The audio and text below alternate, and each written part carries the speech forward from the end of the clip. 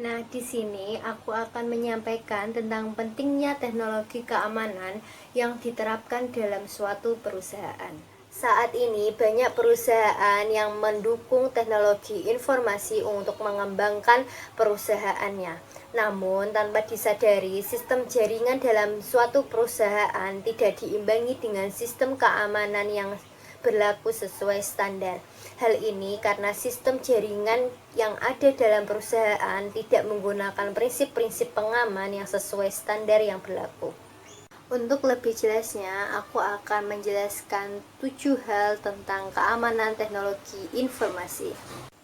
Yang pertama adalah konsep keamanan teknologi informasi, yang kedua adalah tujuan keamanan teknologi informasi, yang ketiga adalah manajemen keamanan teknologi informasi, yang keempat adalah teknologi keamanan yang digunakan, yang kelima adalah manfaat keamanan teknologi informasi, yang keenam adalah resiko keamanan teknologi informasi, dan yang terakhir adalah contoh keamanan teknologi informasi.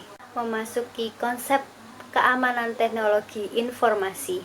Keamanan teknologi informasi atau IT security adalah usaha untuk mengamankan infrastruktur teknologi informasi dari bahaya, gangguan, penyusup, atau utilitas jaringan yang tidak diizinkan. Selanjutnya, tujuan keamanan teknologi informasi. Tujuan keamanan teknologi informasi dalam suatu perusahaan mempunyai 3 tujuan. Yang pertama tentang kerahasiaan, yang kedua tentang ketersediaan, dan yang terakhir tentang integritas. Maksud dari kerahasiaan adalah melindungi data atau informasi perusahaan dari orang-orang yang tidak berhak. Maksud dari ketersediaan adalah meyakinkan bahwa data dan informasi perusahaan hanya dapat digunakan oleh orang yang berhak menggunakan. Dan yang terakhir, maksud dari integritas adalah sistem informasi perlu menyediakan representasi yang akurat dari sistem fisik yang direpresentasikan. Memasuki manajemen keamanan teknologi informasi. Manajemen teknologi keamanan menjadi penting diterapkan agar informasi yang beredar di perusahaan dapat dikelola dengan benar, sehingga perusahaan dapat mengambil keputusan berdasarkan informasi yang ada dengan benar pula. ISM terdiri dari 4 langkah. Yang pertama adalah identifikasi threat atau ancaman yang dapat menyerang sumber daya informasi perusahaan. Yang kedua, mendefinisikan resiko dari ancaman yang dapat memaksakan. Yang ketiga, penetapan kebijakan keamanan informasi. Dan yang terakhir, menerapkan controls yang tertuju pada resiko. Selanjutnya, teknologi keamanan yang digunakan. Telah banyak teknologi keamanan yang diimplementasikan dalam suatu perusahaan, meliputi GDPR atau General Data Protection Regulation yang menyediakan seperangkat aturan untuk membantu praktik keamanan data yang ada di organisasi menjadi lebih terorganisir, transparan, dan terlindungi. Yang kedua yaitu keamanan cloud. Dan yang terakhir, keamanan berbasis artificial intelligence dan machine learning, dan banyak lagi teknologi keamanan yang telah digunakan di dalam suatu perusahaan.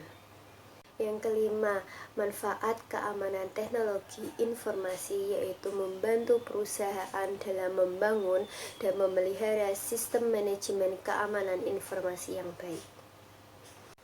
Selanjutnya yaitu resiko keamanan teknologi informasi.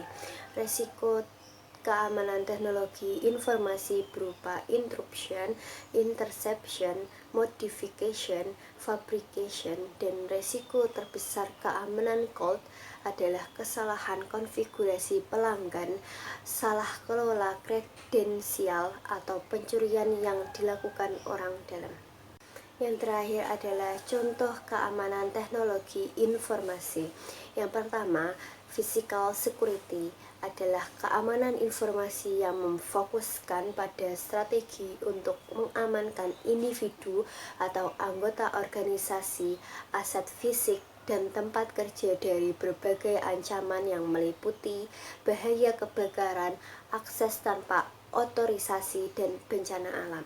Yang kedua, personal security adalah keamanan informasi yang berhubungan dengan keamanan personel, biasanya saling berhubungan dengan ruang lingkup physical security.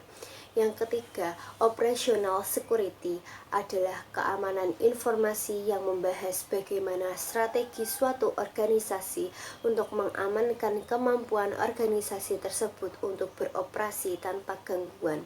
Yang keempat, communication security adalah keamanan informasi yang bertujuan mengamankan media komunikasi, teknologi komunikasi, serta apa yang masih ada di dalamnya, serta kemampuan untuk memanfaatkan media dan teknologi komunikasi untuk mencapai tujuan organisasi.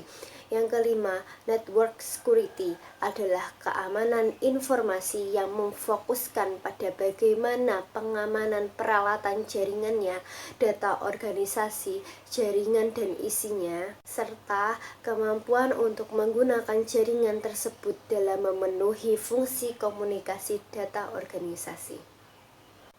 Nah, cukup sampai di sini apa yang aku sampaikan. Semoga bermanfaat dan semoga menambah ilmu untuk kalian semua. Terima kasih sudah menonton.